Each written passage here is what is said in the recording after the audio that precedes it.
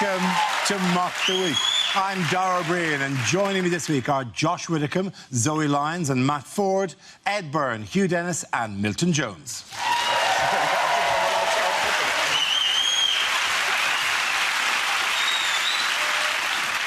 We start with a round call. If this is the answer, what is the question? On the board are 6 categories. Matt, which category would you like? World news, please. OK, world news it is. The answer is petrol, money and drugs. What is the question? Is it the 3 middle names of Princess Charlotte? Is it what 3 things might a Greek keep in a chicken?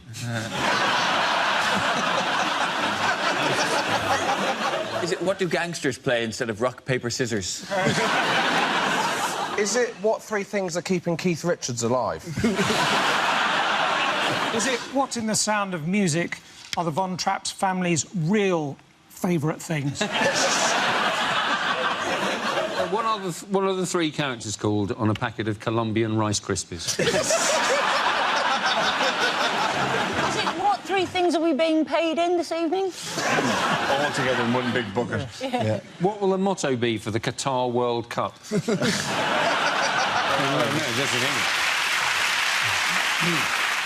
Is it complete the song? Hugh Pew, Barney McGrew. That scans. That probably scans very, very A well. much better song, wouldn't it? It would have been very good. What are the 3 main aisles in a Bolivian Waitrose? Does anyone know the correct answer? You know that tattoo you got that you think says peace, love and harmony?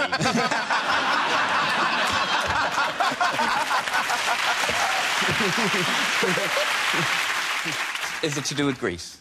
It is to do with Greece. Is it what 3 things are they worn in Greece are about to run out of? Ah, very good. Thank you very much, Ed Byrne. That's excellent. Yes, the question I was looking for is what items are at risk of running out in Greece after Sunday's crucial vote on the EU's bailout terms. This is news as 61% of the Greek population voted against accepting the strict austerity measures proposed by the EU. There's now a real risk that the country will run out of money, fuel and medicine. So what does it all mean for Greece? It's ridiculous now. The whole thing is just going on. It is like a soap opera. And I don't watch the Eurozone crisis now day to day. I wait till Sunday and I watch the Omnibus edition. This thing of just referring to the Greek exit as Grexit, it just is like, are you in that much of a hurry that you couldn't say a 3rd syllable? If the British exit happens, it's going to be called Brexit. It sounds like a cheap form of Lego, or what the Greek Prime Minister does every time he meets Angela Merkel.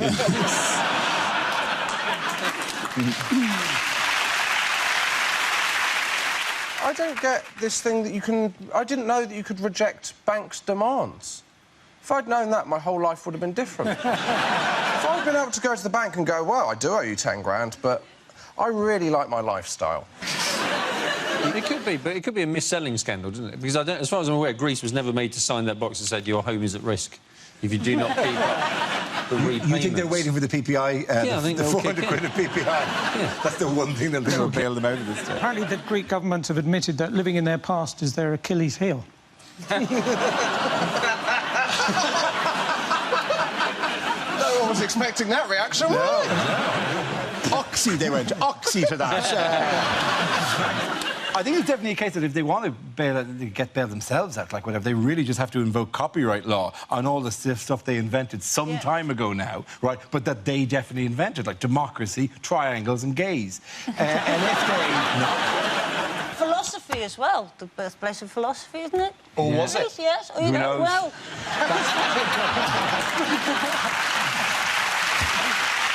Why do you think that there is a professional philosopher at home going, that's not what philosophy is? It's not just going, or is it? I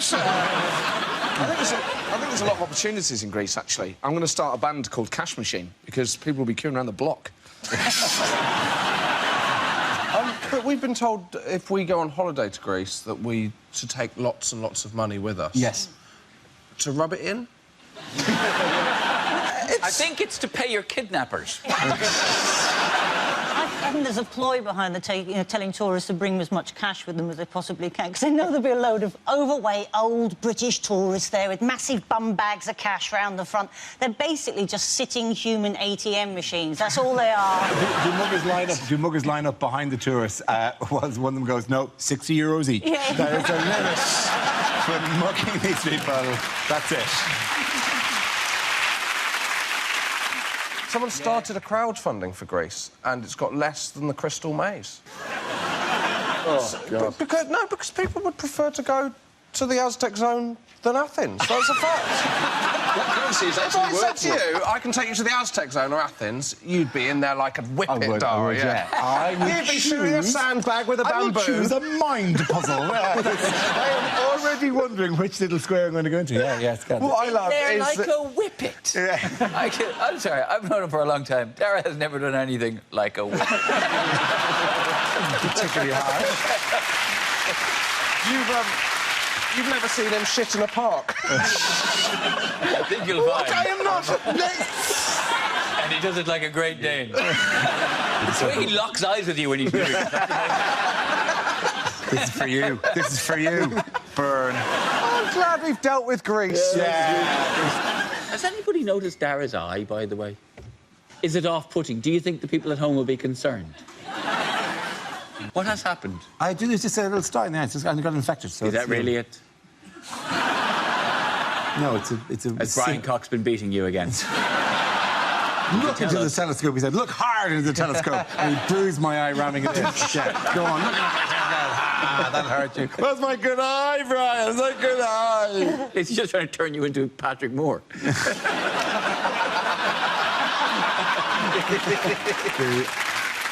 They're so worried they get me an eye patch. That, like, this would be much more subtle if I presented. I presented the entire show like that because I've got a tiny infection in the eye.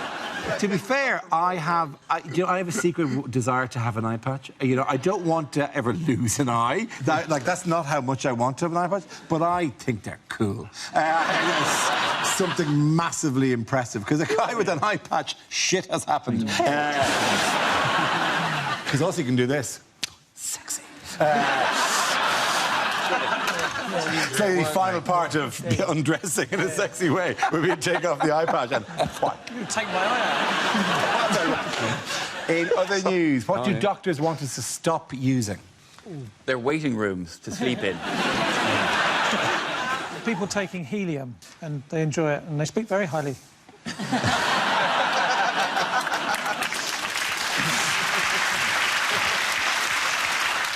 Bizarrely, that's correct. It's a finite resource, and it's needed for MRI scanners. And what not? Yes, very, very true, yeah. It's being used up on fripperies like balloons. And squeaky voices. Yeah, although I'm doing this one without it.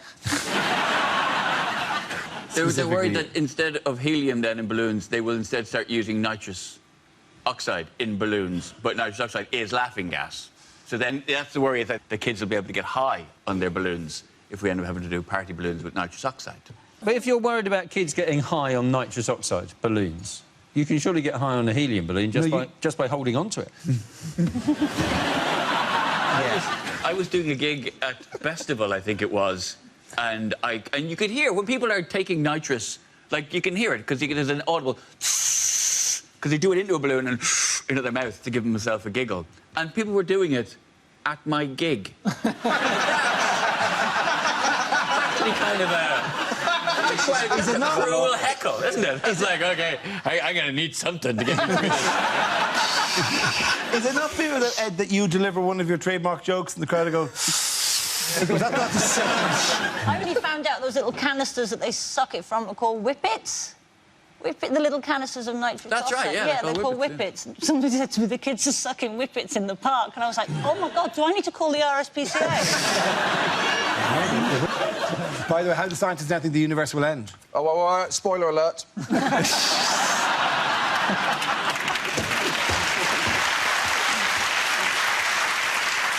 It's a thing called the Big Rip. Yes. The universe is sort of is accelerating so fast and getting faster and faster and faster that eventually it will just rip itself apart. Yeah. Is that right? And that'll be the end. They say this, how do scientists now think? what other nonsense have scientists just made up about what might happen 20 billion years from now when no one's around to say, oh, you got that one wrong. It's just nonsense that his mate Brian natters on about to keep himself siphoning BBC funds into his big fat bank account. I'll tell you what, it's all shit. Me and Brian on the astronomy gravy train with all those millionaire, making a rave. Look at the Big Bang now, bitches. What will happen, though? I mean, they're saying this might happen in 22 billion years. That you can guarantee it'll be the day that the Greeks do pay back the last cent. Finally. 10 cents. It's called the Big Rip. The Big Rip is actually going to continue to accelerate faster and faster until the whole thing actually an just comes extension apart. of the Big Freeze, and it's either that or the Big Crunch. Yeah, it's Are they all the same thing? No, Big Freeze would happen first, then the Big Rip would possibly happen after that. And when is big yellow storage from that? That is just off the M4 in Hounslow. And then there's the big inns where the whole universe just goes into panto for the rest of its life. Big inn.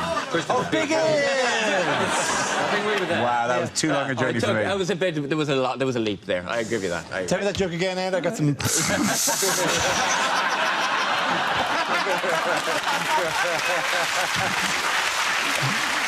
Oh no! Fine. Now they're going to have to broadcast my bad joke for your good joke to work. That's the worst thing that can happen to a comedian. Oh, you pick on Brian Cox, you pick on me, right? That's the way this works, my friend. At the end of that round, the points go to Matt, Zoe and Josh.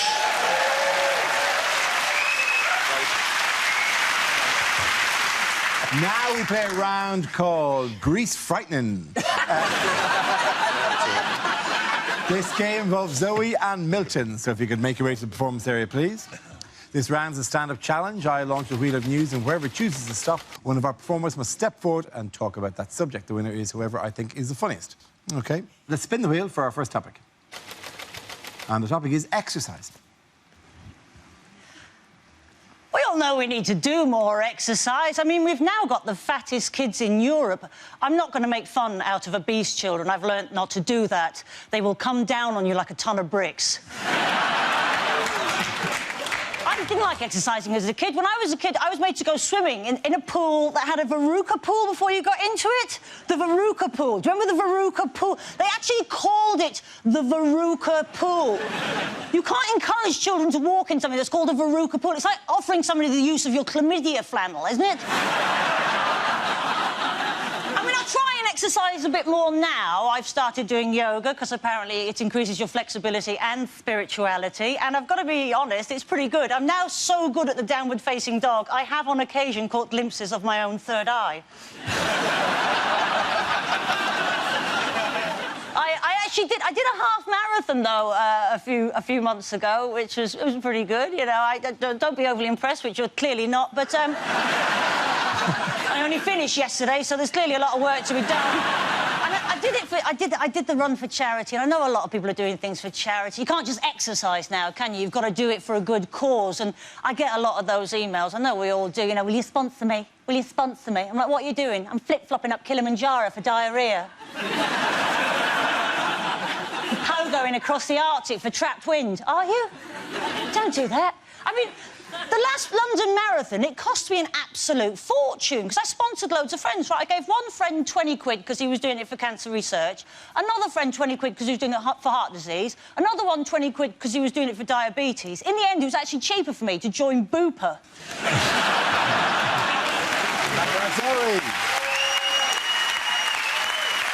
OK, that leaves us with Milton. Let's see what you've been left with. Let's spin the wheel. And the subject is work.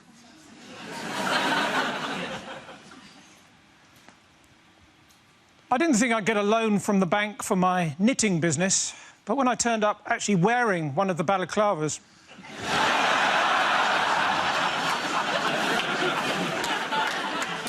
I used to be a weatherman. In fact, does anyone want to buy a broken barometer? No pressure.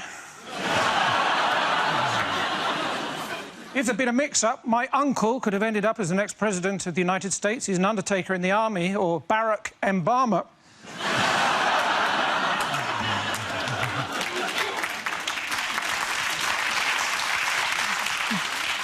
Soldiers, of course, very emotionally repressed. Sometimes you see one of them go into the middle of a parade ground and shout, "Attention!" What he needs is a hug. Well, that's what I thought. My dad, he was a soldier, so, of course, as a family, we were always moving around a lot, because he used to use us for target practice.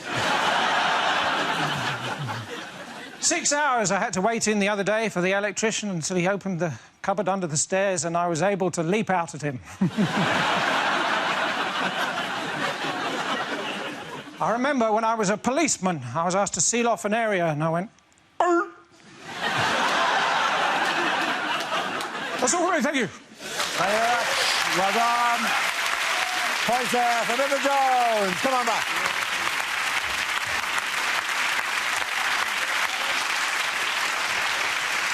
OK, the next one is called Picture of the Week. I show the panel a topical image and ask them to tell me what's happening. So what's going on here? They unveiled the banker on Deal or No Deal. That's George Osborne delivering the budget, surrounded by all his friends. Or is it Mr. Bean sets off on a picnic?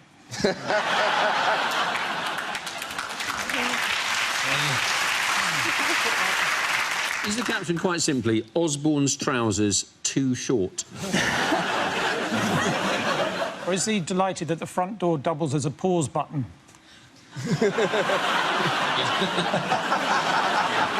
Is it George Osborne with his budget box and he's delivering the budget this week? Yes, he is. Thank you very much, Josh. I think he should, because it is like the box from Deal or No Deal. I think it would be a lot more exciting if he did the budget like that. Say, goes to the opposition leader, I'm going to cut $2 billion in disability benefit. Or you can have the cut that is in this box. Deal or no deal? He could have a phone ringing next to him. Oh. That'd be bloody Brussels, I imagine, wouldn't it, darling? Yeah. The way things are going. Yeah, sure, they make all the decisions around here. Bloody... Yeah? Yeah. Yeah. Josh, well, this show's going to lurch to the right. Every budget in my lifetime has unravelled in the weeks afterwards. So they get the one big hit, one says, oh, actually, this sounds all right. And then it unravels. If you're going to lie in the first place, go triple large on it. Turn up in the comments and say, you know what? We've nailed it. We are all millionaires. That's right. No one's skint anymore, and we've solved poverty. And then at least have one day where people go, Osborne is a genius. Just have the one day where you feel like a legend. I think that's where Greece went wrong, though.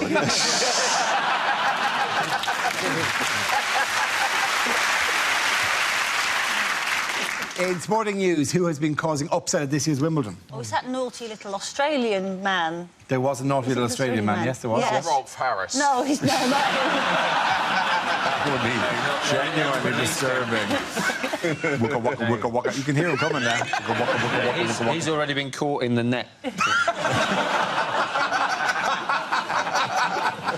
Well, there've been a load of Aussie fanatical fans in the stands who've been making loads of noise. And according to that picture, Boris Johnson has just joined the fanatics as well. The big question about them is how did they get so many tickets? It's impossible, isn't it? They're all working in the bar and that's their break. But they support Nick Kyrgios, don't they? They're called the Fanatics, aren't they? And they come in and they specifically support him. But he absolutely splits opinion. So in the Australian newspaper this week, there was a headline that went, Nick Kyrgios, breath of fresh air or a total dickhead. What has outraged villagers in the Forest of Dean? A swinging festival. There was a swinging festival, do you know what it was called? Swingfields. Swingfields 2015 took place. Yeah, but it's like, they had to call it that. It was either that or Creamfields. Look at your little face. Which is what they'll end up with, isn't it? I mean, it'll be the only festival you need wellies even if it isn't raining.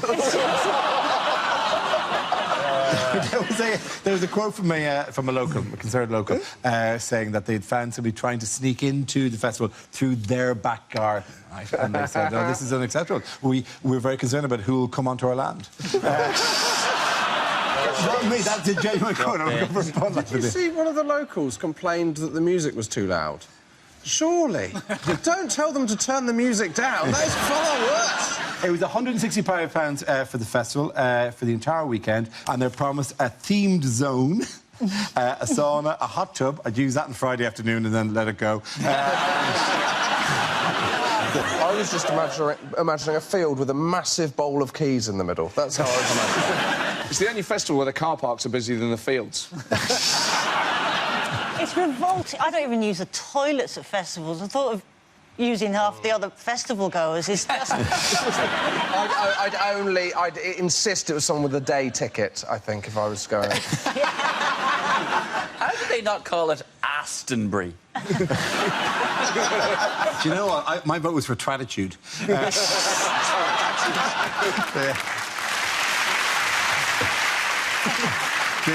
in fact, the most popular queue was for the pulled pork stand.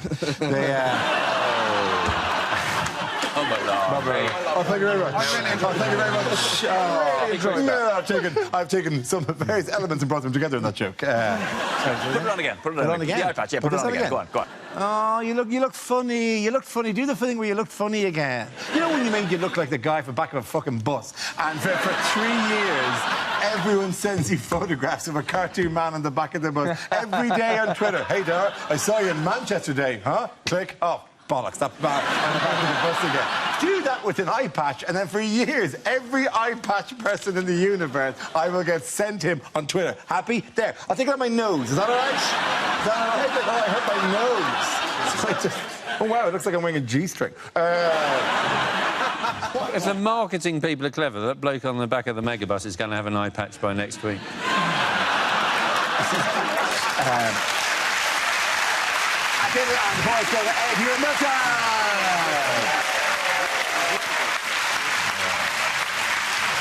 Now we come to scenes we'd like to see. So if everyone can make their way over to the performance area, I'll read out this week's topics and then we'll see what our panellists can come up with. OK, here we go. The first subject is unlikely things for a sports commentator to say.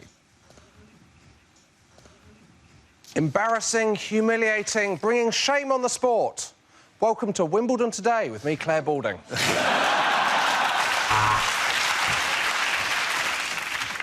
And it all comes to this. After years of training and preparation, I'm commentating on the Poxy water polo. Mo Farah has apologised for his association with substances that the British public regard as abhorrent and has said he will never advertise Quorn again.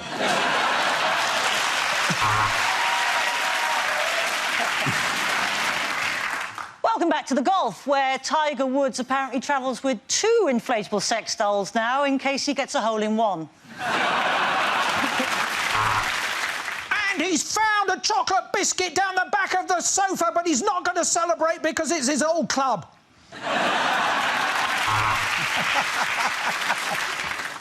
And he's resting 2 balls on the cushion now, which is why he won't be allowed back into Icon. And he pops the cork and he's spraying everyone with champagne. Welcome to the first Conservative budget since 1996.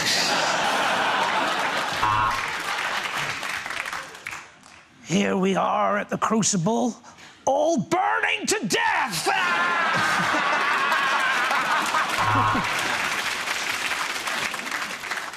Well, that was the speed skating, and now crack cocaine curling. The American and the Russian are out in front, and here comes the Finn. Yes, they're going to swim a lot faster now. The shark is chasing them. And so they've brought up a curtain around the horse that fell earlier, but no, we've got good news. He's moved to a farm in the countryside. Well, here we are at the Rugby League. It's tough, men. It's better than rugby union and at the same time ever so slightly more gay.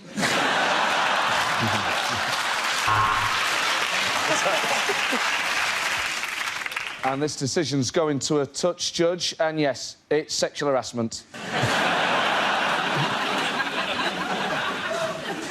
Well, this is his 3rd attempt with a bar at this height. No, still can't get served.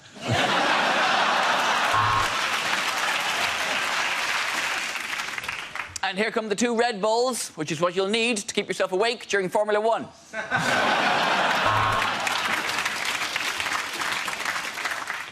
I'm joined here by Balding, or Alan Shearer as he likes to be known. Raikkonen now on Supersoft. The Viagra simply not working.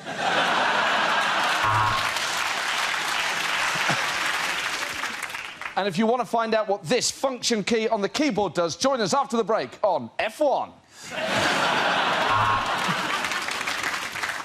And after the break, join me, Claire Balding, presenting everything. I present everything now. Everything is mine, everything. OK, the next topic is unlikely things to hear on a gardening programme. There's something about eating food that's come from your own garden. This is quite a hearty stew I've made out of a squirrel I shot with an air rifle. Well, to answer your question, I tend to keep mine on a hose reel, but then I'm very lucky down there.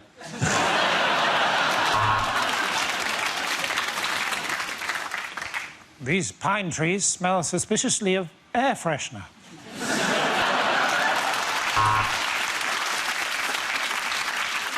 My advice would be don't splash out on expensive gnomes. Do what I do and just simply varnish some small children I found playing in the park. I call this my Blue Peter garden because it's the first place that I blew Peter.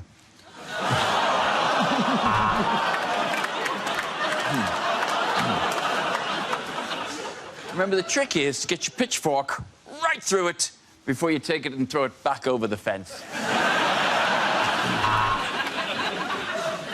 Well, we've had a letter from Mrs. Smith of Epsom who's asked us to identify something that she has found in her garden. Well, Mrs. Smith, that is a dog turd.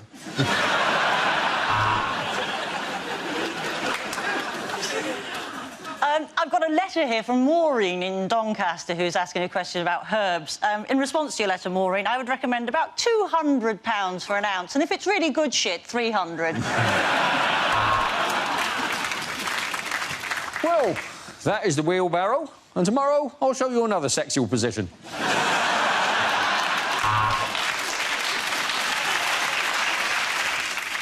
So it's quite simple to take up an old patio. All you do is just leave it. Let's not talk about it ever again. I woke up in a field of aubergines the other day. I thought, none of these baby seals have faces.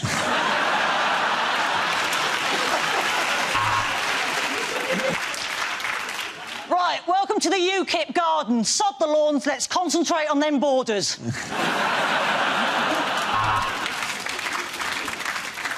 So you could use a lawnmower or a strimmer, although I would recommend waxing.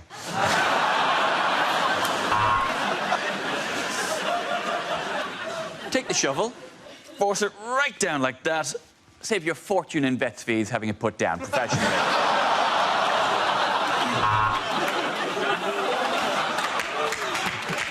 Help! I'm being attacked by pineapples! Help! Help!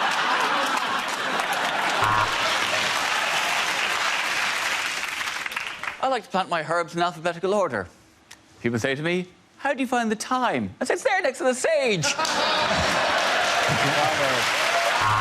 the end of that round, the points go to Ed, Hugh and Milton.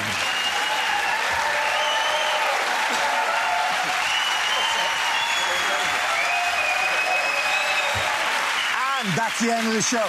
This week's winners are Josh Widdicombe, Zoe Lyons and Matt Ford. Commiserations to Ed Byrne, Hugh Dennis and Milton Jones. Thank you for watching. I'm Darrell Breen. Good night.